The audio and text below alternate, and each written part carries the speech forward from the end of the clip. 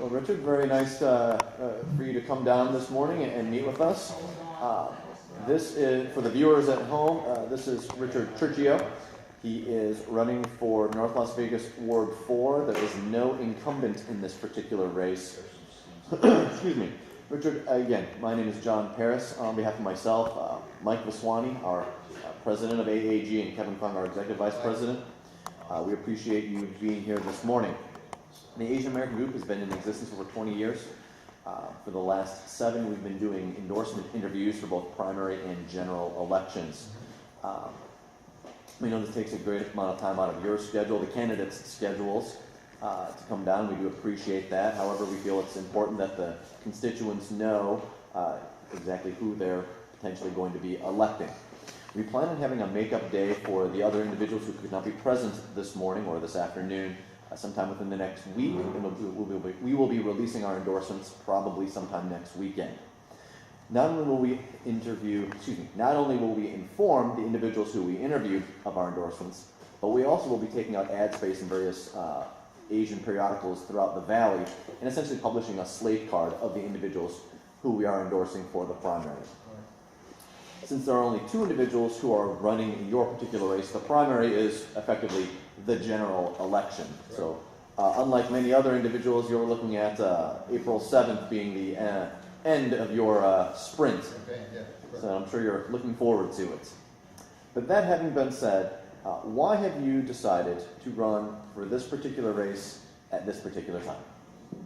Well, you may know that I was on council from 09 through 11.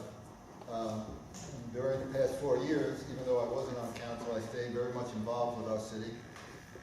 That's my home. I have an awful lot of interest there, friends and people, and I'm a public servant. So continuing to stay involved and being knowledgeable of the city over the last 4 years, attending all council meetings, all budgetary meetings, understanding that I had planned on running again now to regain my seat so I could continue what I started to do while I was on council for those 2 years, and that was an appointment 2-year period.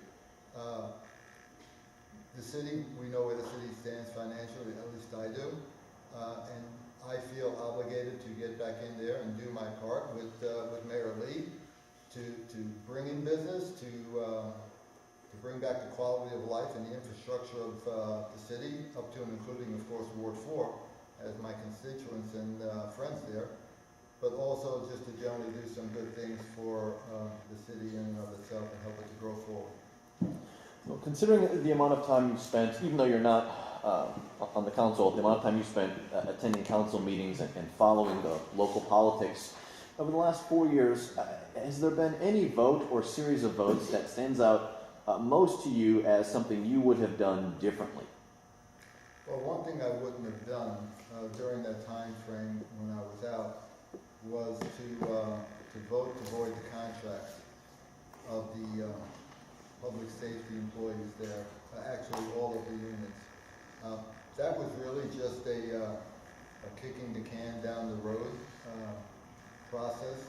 It was just extending a problem which obviously came back to hurt the city through a lawsuit and cost them additional, I believe it was like $25 million. So that was an accident waiting to happen at the time. But the city was in a situation where they allowed itself, under the previous administration, to find themselves in that corner, so to speak. And that's something that when I was on council, I was trying to avoid, myself and the other council people. But we didn't have the cohesion of the council or the former mayor at that particular time to really focus in on what needed to be done. So that would be, there's a lot of decisions that were made, but if you're asking me for one, I would say that was one that I would not have engaged in, violating contracts of people. Now, North Las Vegas, and forgive me, I don't know the specific geographical designation of Ward 4, but North Las Vegas in general does encompass disparate economic demographics. There's some lower income, higher density housings, and there's some middle income housing, and then there are some higher income housings as well. What do you plan to do to balance the disparate needs, not only within disparate economic needs, not only within your ward, but also in North Las Vegas as a whole? Well, as you know, we have 4 wards, and we have specific ward voting. We don't vote at large. The city charter is very clear. The mayor does not have any administrative duties in the city. Kind of the umbrella person who kind of, cheerleads the city, helps get business in here. There's only 4 council people that have specific duties, specific wards in question. My responsibility would be to Ward 4. The other council people, obviously, Wards 1, 2, and 3. We all vote on issues that would impact the city in general, I share the concerns with them, and I would vote according to what I believe would be appropriate in general for those constituents in those other wards. The other council people, just like in my own ward, I would hope that they would respect, my residents there as to what their concerns and needs are on particular issues that directly impact them. Because what impacts Ward 4 obviously impacts the entire city and vice versa. So it's going to be a partnership in making decisions going forward. But my first responsibility is to the residents in my particular ward. Which, just so you know, Ward 4 takes in probably most of the growth, future growth in North Las Vegas. We run as far north as Sheep Mountain, where the new national monument is. It's going to take in the new master plan community of Park Highlands, which is supposed to be a step up from Aliante. And then it goes southwards under the redistricting, no further south than Craig. On the west side, Aliante Parkway into Simmons is our western border. And on the east side, Pecos, approximately where the VA hospital is. So North Las Vegas is something like 67 square miles, but most of the growth right now it is probably in 4 and a little bit in Ward 1, in and around Apex going up towards the Speedway. Well, what economic policies do you plan on trying to enact to encourage that kind of growth, not only in Ward 4, but also throughout North Las Vegas as a whole? Well, since we got Mayor Lee in there, who's doing an excellent job, we had a budget deficit of approximately $152 million. Over a period of, how long John's been in there, 2.5 years, that deficit has been mitigated down to approximately $74 million. And that's with a 5-year projection. Economically speaking, I can tell you, at least from my perspective, for a fact, we can't cut our way out of this budget. We never should have attempted to. The only thing that caused was a serious void in our infrastructure when it comes to quality of life issues for our residents. Economically speaking, there is some room for shared services. There's always room for doing things smarter and better, not necessarily harder. But most importantly, my job with the other council people, I believe, is going to be working in partnership with the mayor to get business in our community. Business is the engine that drives the jobs in any municipality. It's like having a Mercedes-Benz and sitting in it without an engine. Business is the engine of the city, and the only way we're going to climb out of that economic hole, as anybody would, is to develop the areas available to us, and we have the most available land anywhere in the valley. To do it smart and to do it energetically.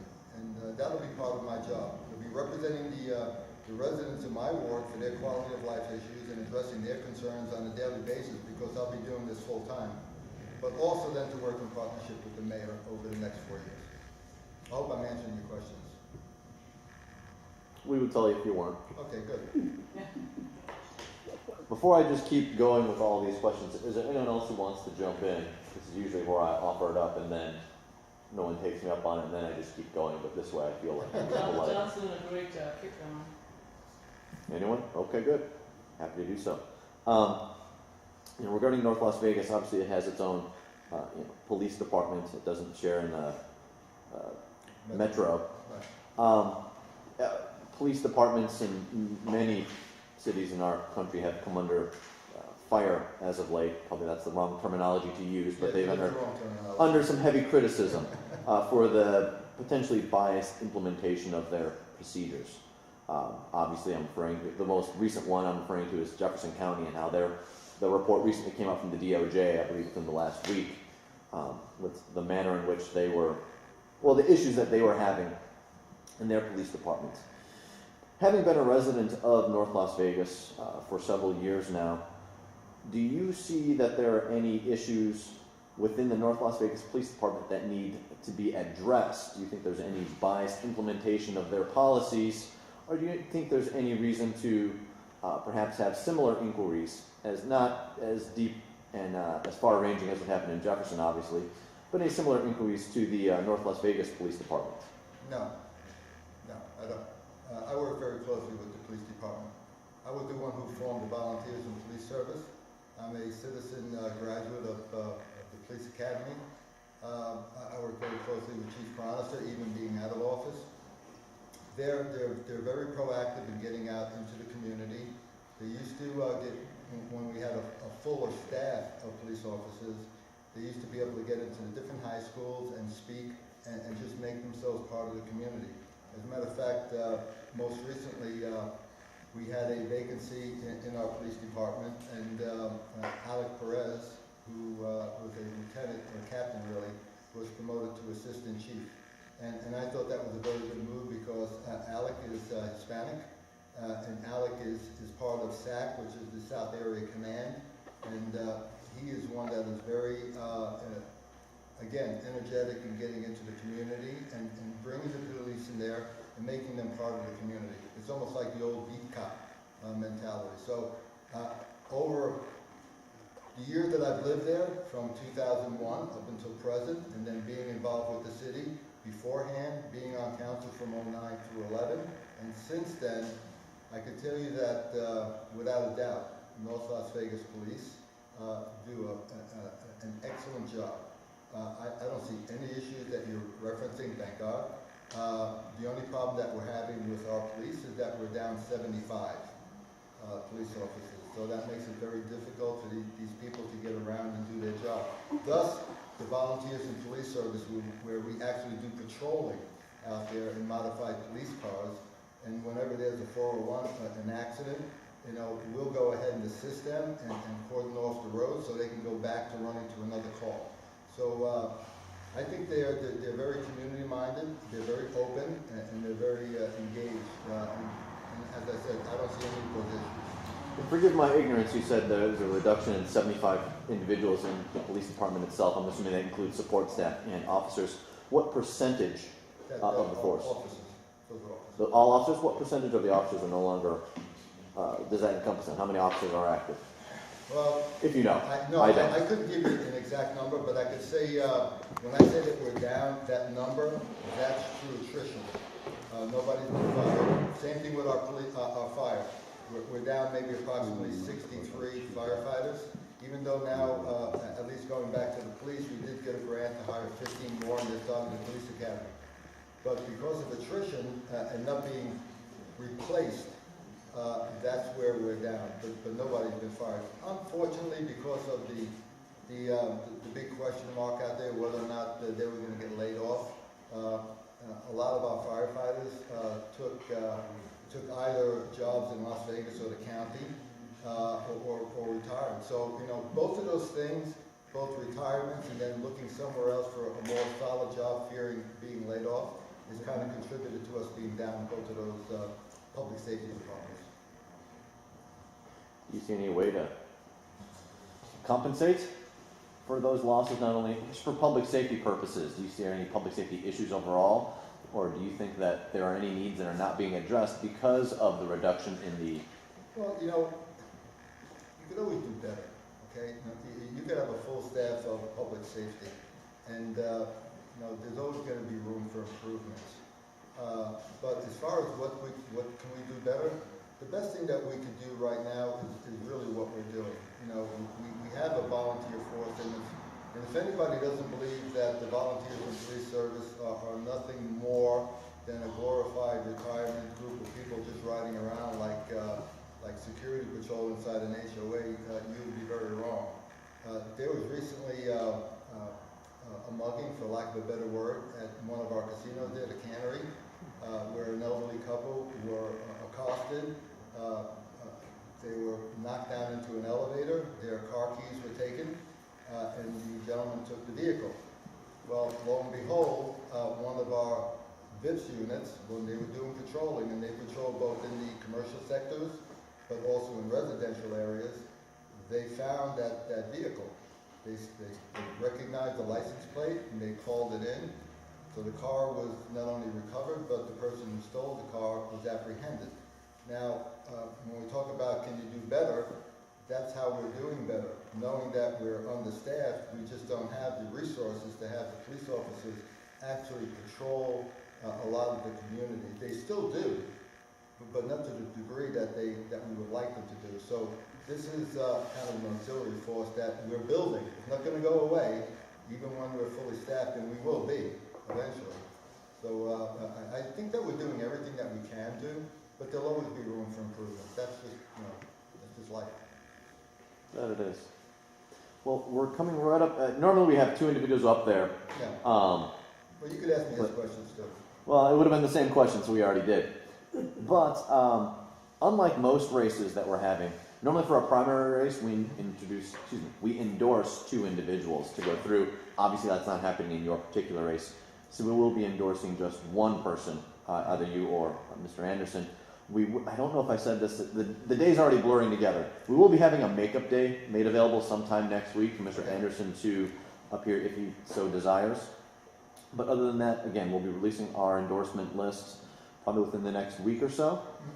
Thank you again for coming and joining us. It's good to see you. I think we interviewed you about 4 years ago, if I'm not mistaken. But it's very good to see you again. I'm glad you're still active in the political process. Thank you. And from my perspective, I really appreciate you doing what you do. I think it's important for us to get that information out to the public. So thank you for inviting me.